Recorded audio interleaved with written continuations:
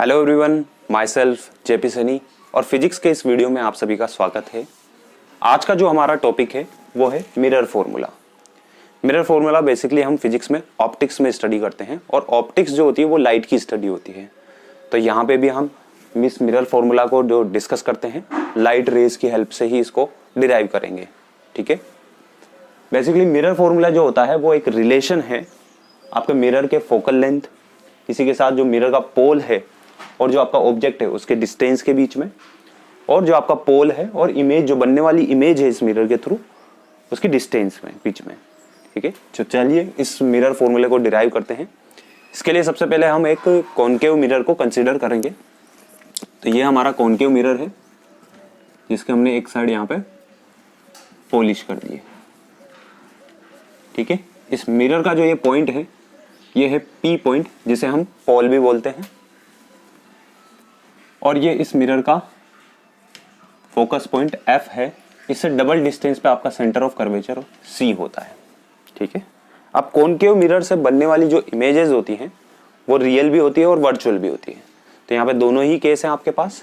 ठीक है, तो हम कब वर्चुअल होगी और कब रियल होगी तो ये भी मैं आपको बता देता हूँ। जब भी आपका ऑब्जेक्ट P पॉइंट और F पॉइंट के बीच में होगा तो आपकी बनने वाली इमेज हमेशा वर्चुअल रहेगी, और जब आपका ऑब्जेक्ट P पॉइंट और इन्फिनिटी के बीच में रहेगा, सॉरी फोकस पॉइंट और इन्फिनिटी के बीच में रहेगा तो आपका बनने वाला इमेज रियल होगा।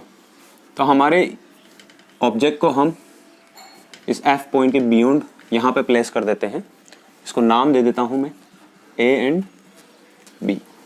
इस ऑब्जेक्ट की इमेज बनाने के लिए अकॉर्डिंग टू रूल अब हम लाइट रेस को इंसिडेंट करवा देते हैं मिरर पे। तो चलिए सबसे पहले हम इस प्रिंसिपल एक्सिस के पैरेलल B पॉइंट से एक लाइट रे इंसिडेंट करवाते हैं। वो यहाँ पे E पॉइंट पे कहीं पे इंसिडेंट हुई है। आफ्टर रिफ्लेक्शन ये फोकस पॉइंट से पास करेगी। ठीक है, एक और लाइट रे लेते हैं जो आपके सेंटर ऑफ कर्वेचर से पास होगी और मिरर पे यहाँ पे इंसिडेंट होगी। आफ्टर रिफ्लेक्शन ये इसी के पाथ को रीट्रेस करेगी अकॉर्डिंग टू रूल, क्योंकि जो भी लाइट रे सेंटर ऑफ कर्वेचर से आती है वो आफ्टर रिफ्लेक्शन उसी के पाथ को रीट्रेस करती है। ठीक है, एक और लाइट रे हम लेंगे।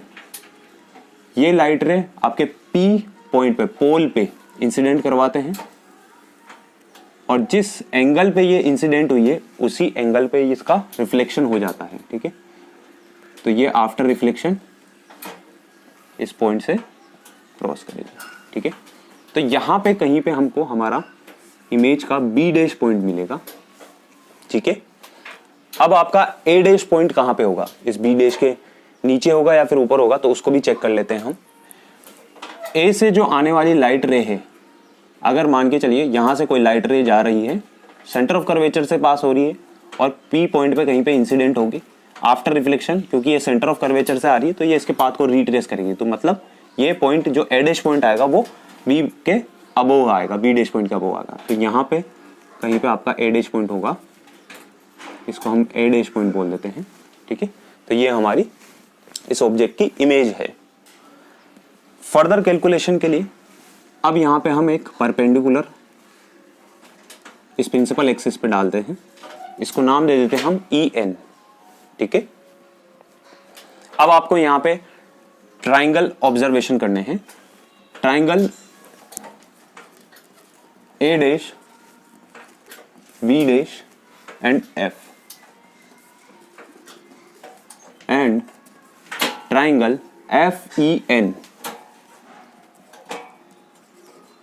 यहाँ पे हम चेक कर लेते हैं कि ये दोनों ट्राइंगल सिमिलर है या नहीं है। देखिए, सिमिलर के लिए ट्राइंगल सिमिलर तब होंगे जब उनके एंगल्स भी सेम होंगे दोनों ट्राइंगल के। तो ये वाला एंगल और ये वाला एंगल इन दोनों में सेम है। ये 90 डिग्री का है, आपका ये वाला एंगल भी 90 डिग्री का है, तो ये भी सेम है। ठीक है, तो इनका जो थर्ड एंगल होगा वो भी सेम होगा, ये वाला एंगल। ठीक है, तो इन दोनों ट्राइंगल को हम लिख सकते हैं triangle A dash B dash F and triangle FEN are similar. ठीक है, जब ट्राइंगल सिमिलर होते हैं तो उनके जो साइड्स के रेशो होंगे वो भी सिमिलर होंगे। तो यहाँ पे हम लिख सकते हैं ए डैश बी डैश, ये इस ट्राइंगल की साइड है, ठीक है। तो ए डैश बी डैश और ई एन का जो रेशो होगा वो इक्वल होगा ए डैश एफ के और एन एफ के।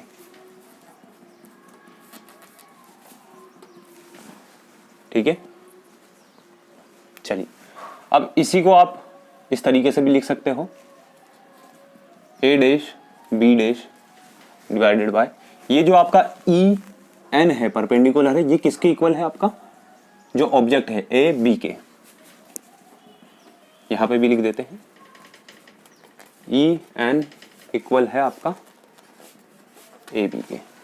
ठीक है, इसी तरीके से अब अगर इस मिरर का अपर्चर बहुत छोटा है, वेरी स्मॉल है, तो जो आपका एन पॉइंट है और पी पॉइंट है वो बहुत पास प्लेस्ड होंगे, मतलब आपका एन पॉइंट पी पे लाई करेगा। तो जितनी भी डिस्टेंस है आप जो एन से अभी कंसिडर कर रहे हो वो आप पी से कर सकते हो। ठीक है, तो यहाँ पे जो आपकी बार जो एन एफ होगा, जो एन एफ वो इक्वल हो जाएगा आपका पी एफ के।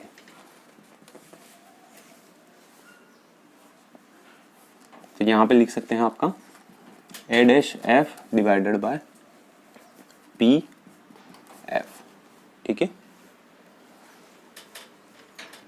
Very small for very small aperture. ठीक है, चलिए अब इसको इस तरीके से भी लिख सकते हैं A dash B dash divided by A B equal to A dash F को लिख सकता हूं मैं P A dash minus P F,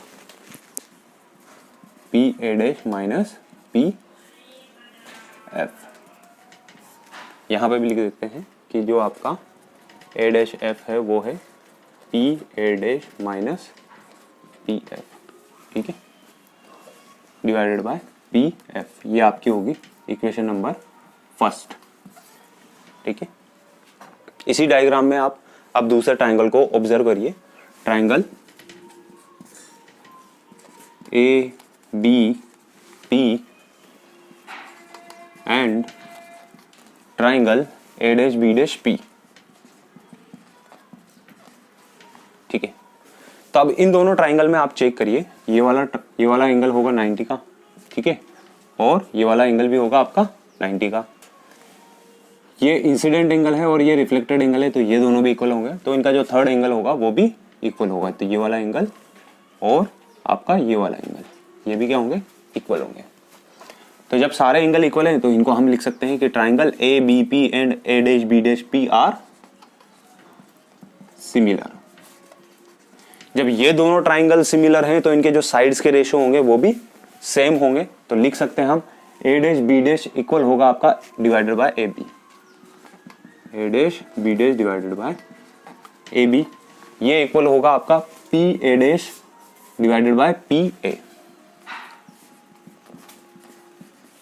ये आपकी इक्वेशन नंबर सेकंड। अब आप इक्वेशन नंबर फर्स्ट और सेकंड से आप लिख सकते हैं from equation first and second. ठीक है, P A dash minus P F divided by P F equal होगा P A dash divided by P ए के। चलिए अब हमें इन सारी डिस्टेंस की वैल्यू लिखनी है, यहाँ पे पुट करनी है इनकी वैल्यूज। और उसके पहले हम डायग्राम में मेंशन कर देते हैं आपका पोल से लेके जो एफ तक की डिस्टेंस है, ये होती है आपकी फोकल लेंथ। इसको आप एफ से, स्मॉल एफ से डिनोट करते हैं। पोल से जो इमेज तक की जो डिस्टेंस है उसको आप वी से डिनोट करोगे। ठीक है, पोल से जो आपका ऑब्जेक्ट है इसकी डिस्टेंस को आप u से डिनोट करते हो।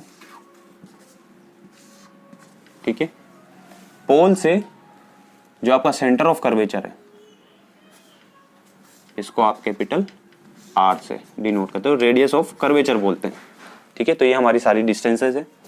लेकिन अब ये डिस्टेंस की इनकी पुट करने के लिए, इन डिस्टेंस की वैल्यू को पुट करने के लिए सबसे पहले हमें साइन कन्वेंशन भी यूज करना पड़ता है।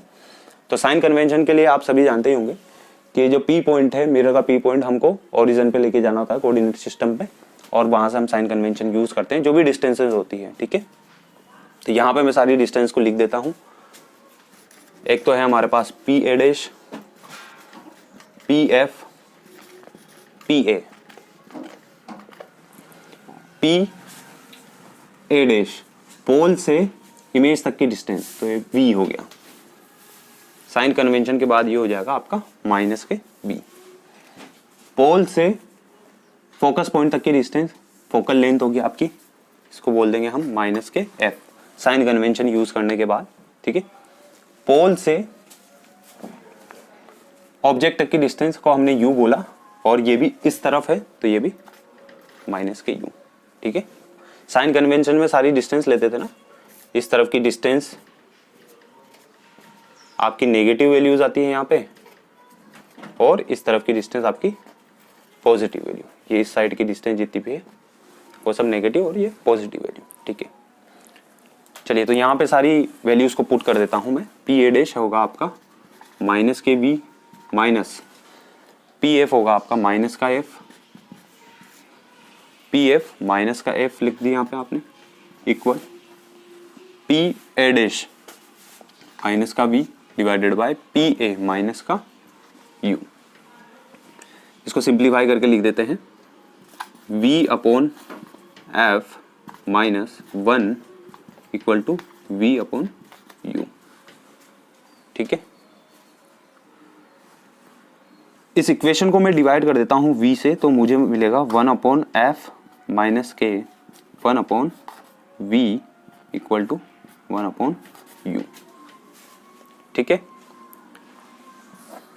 इसी को मैं रीअरेंज करके लिख देता हूं 1 upon F equal to 1 upon u plus 1 upon v. यही आपका मिरर फॉर्मूला है। ठीक है, एक और रिलेशन आप जानते होंगे कि जो फोकल लेंथ होती है वो होती है r/2, जो आपका रेडियस ऑफ कर्वेचर होता है उसका डिवाइडेड बाय 2। तो इसकी वैल्यू यहाँ पे पुट कर देते हैं, और यही फॉर्मूला को आप इस फॉर्म में भी लिख सकते हो,